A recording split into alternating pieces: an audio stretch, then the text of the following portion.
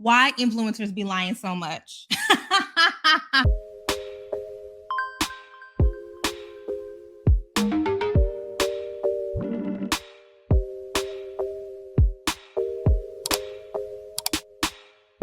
Hey y'all, how are you doing? I'm great. Thank you so much for asking. It's me, Kim, and I'm back for another video. I have for a minute been thinking that I wanted to spend a little bit more time exploring the relationship between influencers and audience and why some of the things that I think influencers get a really bad reputation for, why they take place, because there's not a lot of attention paid to how much the marketplace dictates the actions of influencers. Often we'll see someone do something that is so tone deaf, so egregious, and we'll be like, oh my, are you kidding? Like, what's wrong with you? Or I'll see somebody do something and I'll just like roll my eyes and be like, for real, like this is so silly. And then other times I'll see somebody get dragged for something, or I'll have to check myself for my immediate disgust and be like, oh, you know what? They are doing their best to navigate in a really precarious space, a very unstable job. So I wanted to take some time to talk about why influencers be lying so much about their lifestyles and about money. It's so interesting how sometimes somebody that you really don't know, have never met, have never spoken to you, sometimes y'all can be on the same wavelength. Not too long ago, Shan Spear, who I really like, she made this video. Let me pull it up about influencers and aesthetics. It's called Social Media's Obsession with Aesthetics and Curated Identities. And I had already for a minute been thinking about all of these hashtags, particularly with regard to Black women. Of course, I've talked about Black women in luxury, but now that one's kind of fallen out of favor a bit. And we have the rise of soft life. So much of that is not even about how people really live. It is about the pressure that you face if you are somebody who has chosen to make your living influencing, creating a platform, sharing yourself, selling a lifestyle. There is so much pressure to shoehorn yourself into these very reductive, memeable identities. And maybe you do relate to Black women in luxury. Maybe you do relate to soft life. Maybe you do relate to wellness or self care culture. But the way that you translate that, the way that you telegraph it, the way that you produce and distribute those images is completely mediated by what is going to get engagement and shares. And so that is why we see the same stuff reproduced over and over again in a way that is not only absurd, but nonsensical. I think that Shan did a really good job of breaking some of this down, getting into some of the philosophical stuff behind why we are drawn to beautiful images, aesthetically pleasing images. I highly suggest anybody who hasn't watched that video that you go ahead and watch it. I understand why there's backlash because I don't love it that, particularly in the soft life era, the soft life age, that I see so many influencers creating content around opting out of work, around opting into a life of luxury and leisure when their entire lives have become a workplace. When you go from working traditional job to influencing, you go from 9 to 5 to 6 a.m. to midnight. You know what I mean? Like every waking moment becomes an opportunity to make money. And very few people, especially people who are really successful, who are really good at it, have a great work-life balance. It's not a thing. And so while influencers are sitting up here having their husbands or friends or whoever take pictures of them lounging by the pool. That's work. You're not relaxing, you're working. And then you gotta rope your significant other into it. They can't relax either because they're not a professional photographer. They got to worry about, are you getting the right angle? Oh my God, I got into this, I got on a couple of trips with my ex. Oh, he used to be so fucking annoyed because I would be like, does this look like a good picture to you? I'd be like, come here. Does this look like a good picture to you? And he'd be like, girl, this is a vacation. And I have to be like, oh, you're right. But also, I need you to go back. I need you to scoot back a little. You know what I'm saying? And put the camera down. It's work. The super successful fashion girls, the super successful lifestyle girls are working more hours than people who clock in and clock out, for sure. I'm definitely somebody whose identity is unhealthily linked to being productive and what I've created and this community. And it's just I've just made peace with it. There's no off switch. So mentally and financially, you're going to suffer if you are not totally plugged in. Sometimes people ask me about balance. I'm like, are you really asking me about balance? Especially people who want to do this job. I'm like, do something else.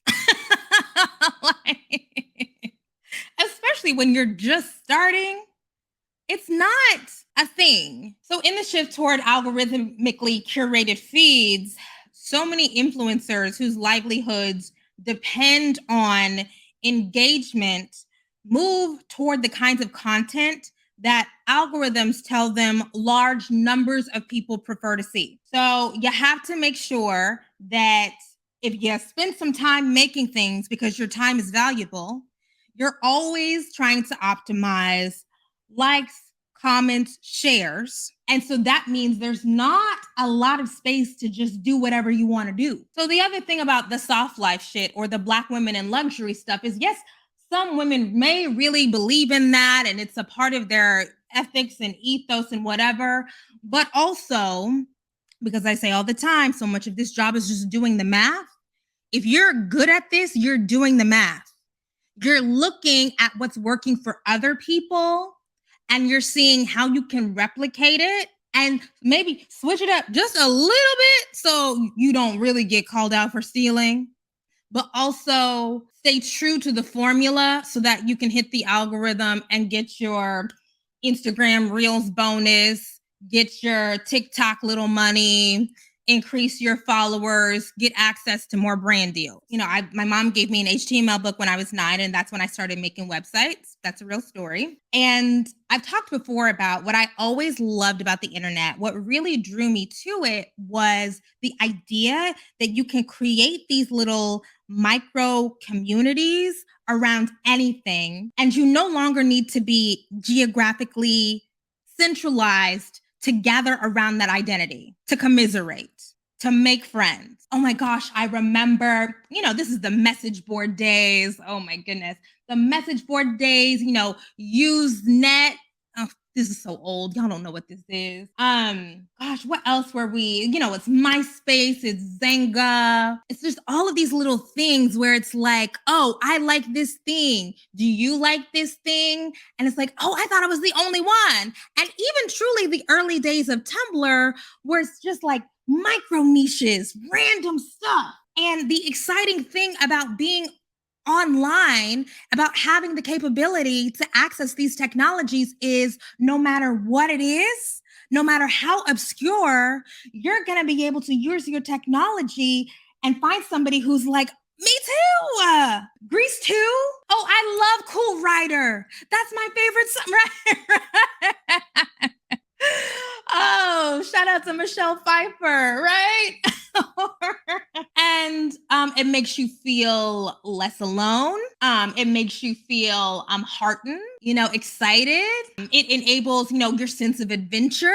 But now that the structure of the internet has changed, the way we engage those identities has become reductive. So instead of all of these micro communities springing up and thriving everything gets flattened. I've talked about this elsewhere. I've talked about this with regard to regionalism and Black identity. It's so fascinating, right? How now that Black people all across the world are able to see each other and connect, it actually feels like now we're having more conversations about ownership and identity. Isn't it interesting that now that Black people in the United States can talk to Black people in the UK, Black people in South Africa, Black people in Brazil. It feels like there's more, I don't like to use the term diaspora wars because that's real cringe, but there's even more infighting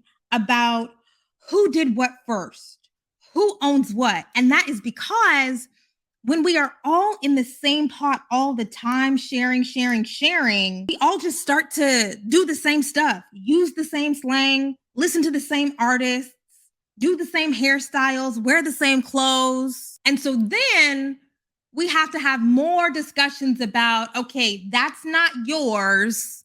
Are you misappropriating another ethnicity's history? And it's not just, Black Americans doing it to other ethnicities. It's other ethnicities doing it to Black Americans. But we don't even realize, right? There's natural things that happen when you're constantly exposed to the same stuff over and over again. So now our identities, things that used to be so important and sacred and sacral to us, are literally memes. Easily consumable, commodifiable hashtags. Everybody does that. Everybody does that. But there is something particular to the way that Black creators do that. There is something in the soft life thing where Black creators are linking themselves to a history of anti-capitalist movements that so many Black people, progressive Black people, have involved themselves in, but also the love of, it's what did Kanye say? Isn't a Black person's soul to rock that gold? The love of aesthetics, the love of bright, shiny objects. And so we're meshing these things that kind of don't go together. They're irreconcilable. The inappropriate meshing that creates dissonance, but nobody really wants to deal with the dissonance. There's also an investment for so many Black creators and Black audiences online. You see this deep investment in the politics of representation that ultimately obscures how little money Black people all across the world have. I'm going to keep saying this. I'm going to say it all the time. People hate when I say it. I do not care, okay? Black people do not have money like that. We don't. There are a number of Black people who are doing really well. Ooh, this reminds me. I just watched this little mini documentary. I think it was produced in the UK about, what is it called? Like the America's Black upper class or whatever. It was like 45 minutes. It didn't really say a lot. I just wanted to know if I had thoughts on it. It followed like 4 or 5 like different couples and individuals and their entrepreneurs and whatever. And basically in the beginning, they say 3% of Black people in the United States occupy the upper class. Like, that's nobody.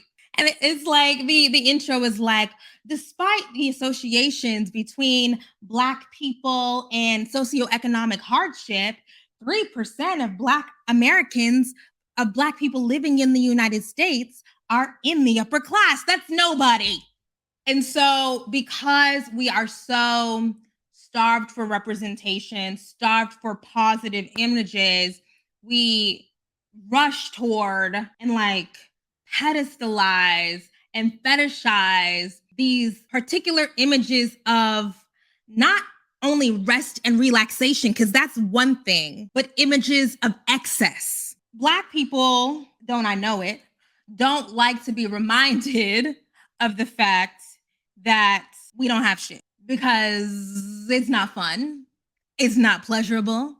If you talk about the real shit Black people go through, it's trauma porn. I literally today came across this. This morning, I was reading an article about the relationship that Black consumers have with luxury brands. This is from the Business of Fashion.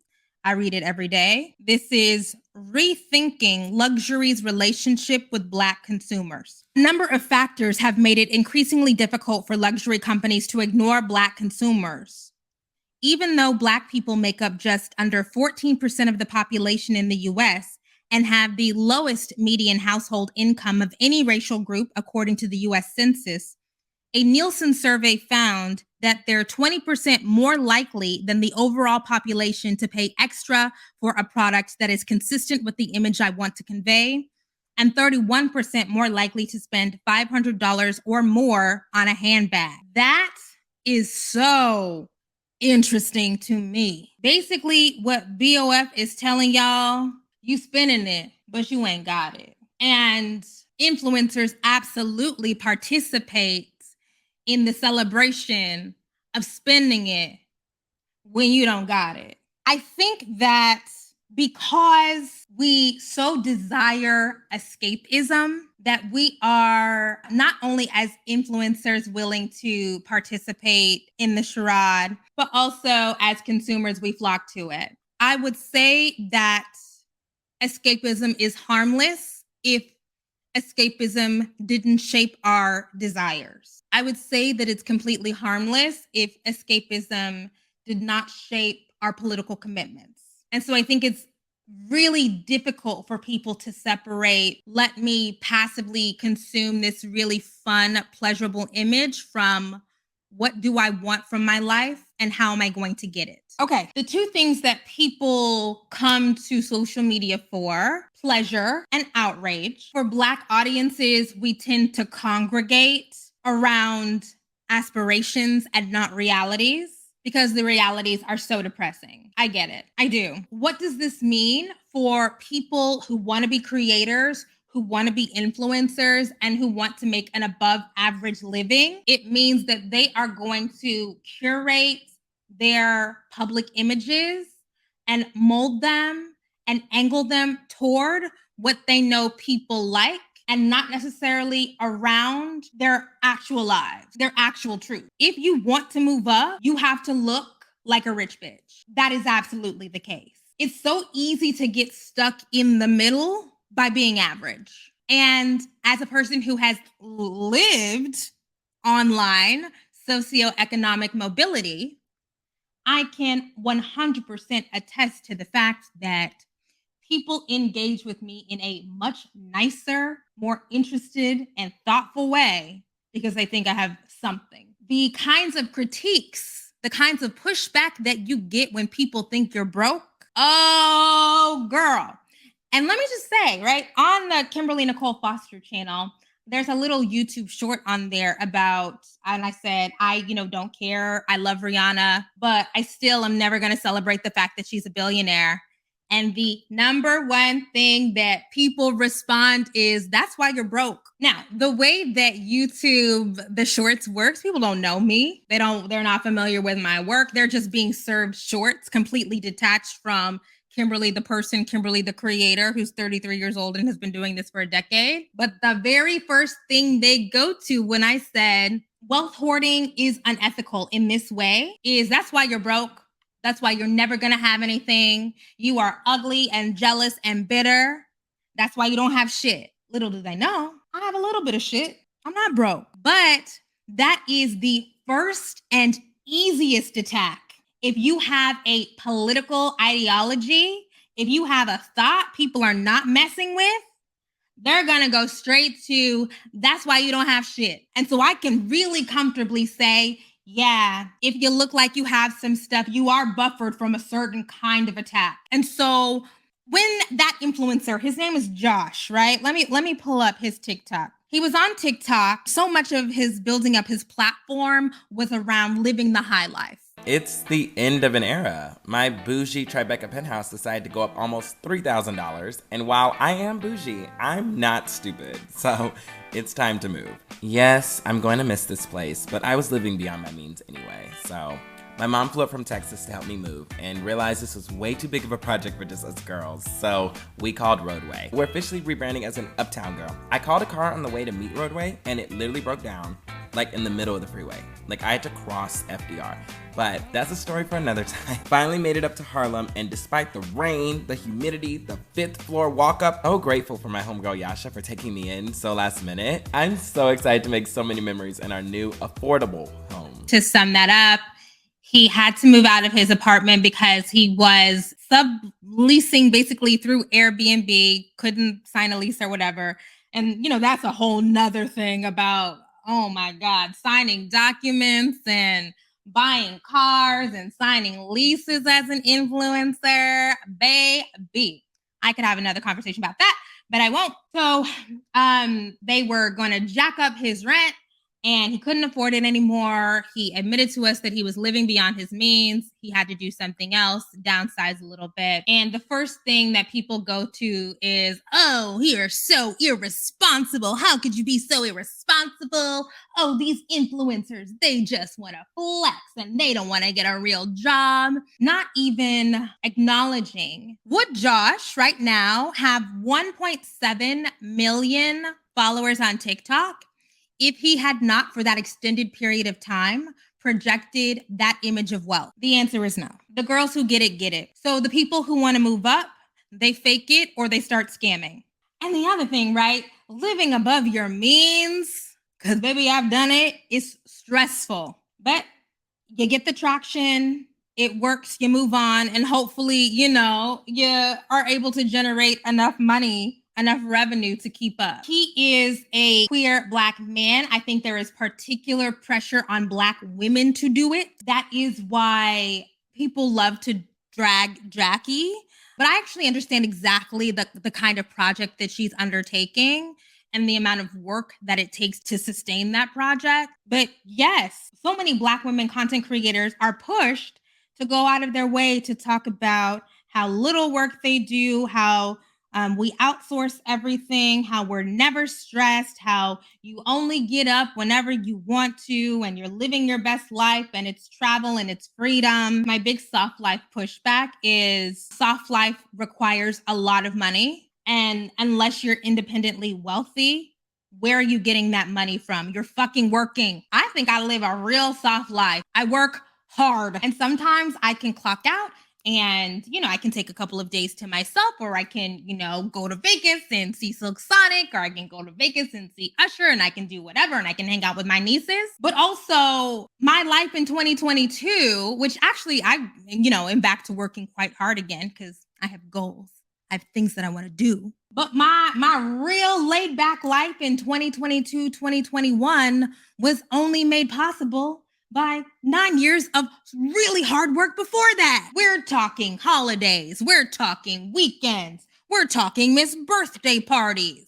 Like, that's the real shit. And I know I'm not the only one. It's not just me. So anyways, I said all that to say it takes a lot of work, a lot of focus, a lot of money to make content that looks effortless. I put in an influence here on Black influencers because it's not that white people and people of other ethnicities don't love wealth porn. Oh my goodness. I've been getting into the Asian luxury TikToks. Their lifestyles and the handbags and the Cartier jewelry and the home. It's like, what? I didn't even. It's a different world than where you come from, okay? So it's not to say that we are particularly materialistic, but I do think that we recognize that the consequences of engaging in performances of consumption, the performances of materialism are different. And so we're drawn for different reasons. And of course, it don't make sense to say, white people don't care about wealth or wealth porn. Please, we all watch Succession, please. But the consequences, the motivations are not the same. That burden of representation is just not always hanging over their heads. I've talked before about Victoria Paris, who really came up making these little vlogs on her TikTok, and it was just real normal stuff. Real normal broke girl in NYC stuff. Making TikToks day in, day out from her normal little room, little raggedy bed with no frame. I think at one point she had like a locker that was her closet, and people loved that. There was no like, that's why you're a broke bitch, right? No, people loved it. Or do you remember Axel Weber? Axel Weber, who was the actor, and it was a big thing about him auditioning for Juilliard when he couldn't act, when he's never acted. When so many people were roped into the saga of Axel Weber and let's root for this little spunky white boy.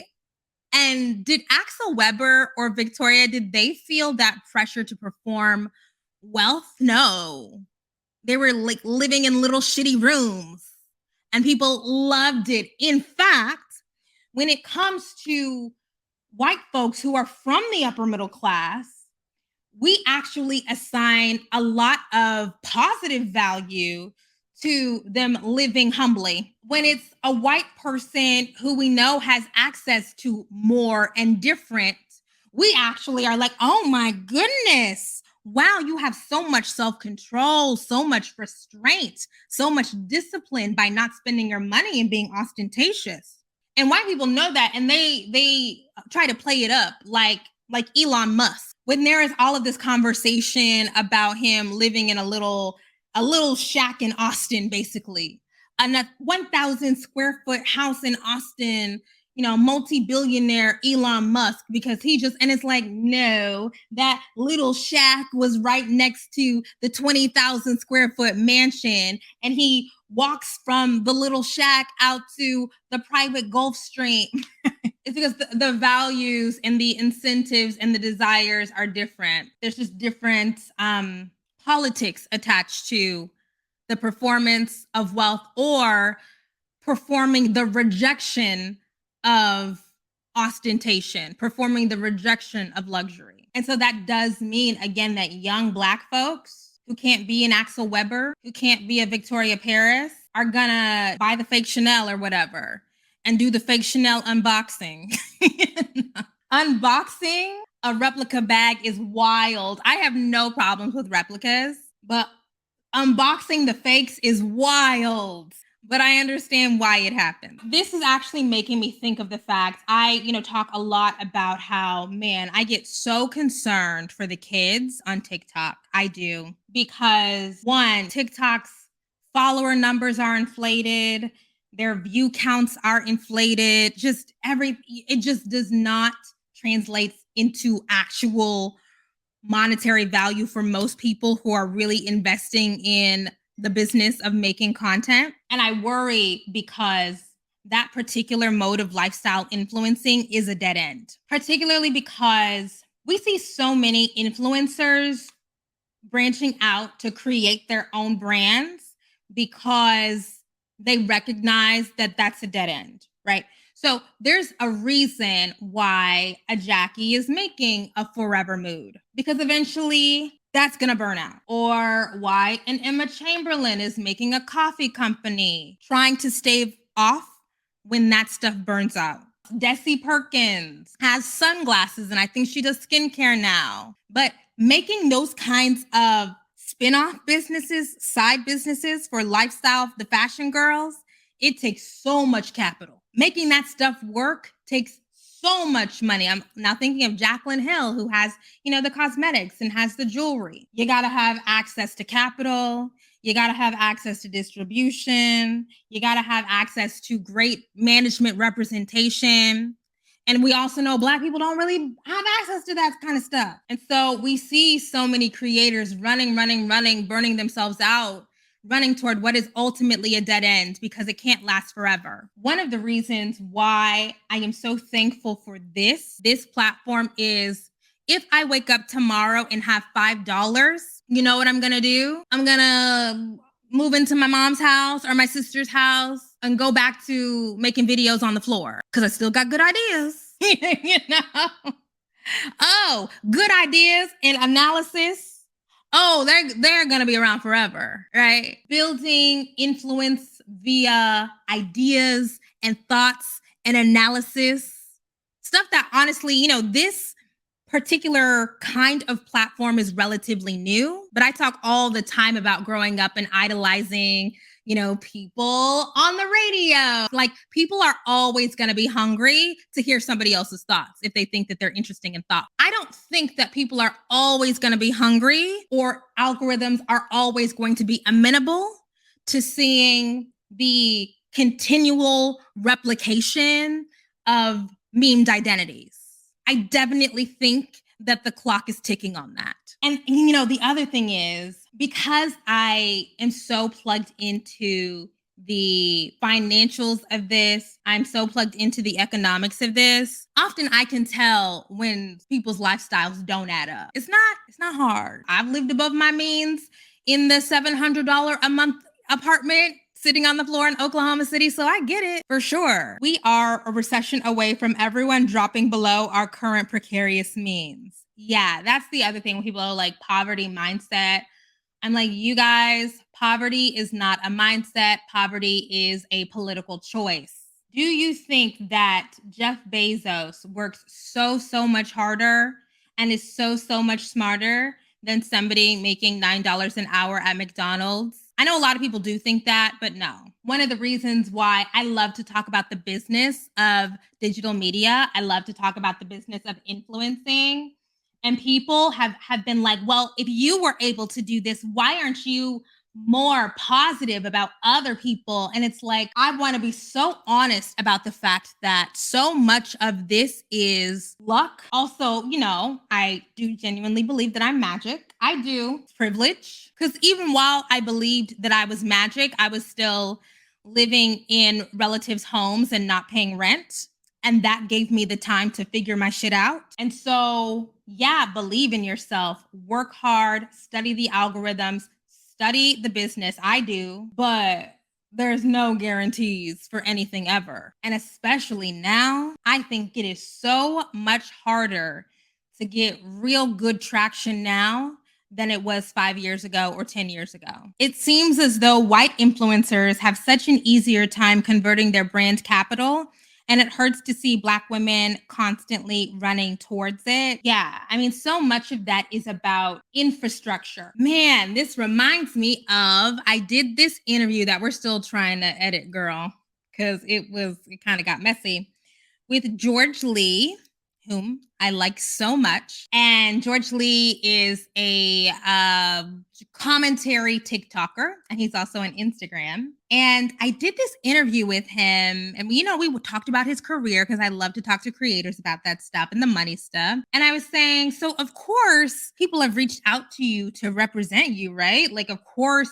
managers have reached out, of course. And he was like, no. And I'm like, what? He has 2 million followers on TikTok. And he was like, no, nobody's reached out to me. Like, what do you do? And I'm like, I can tell you what I do, but I have a fraction of the followers that you have. So much of this is, are you first? And are you making the exact right moves?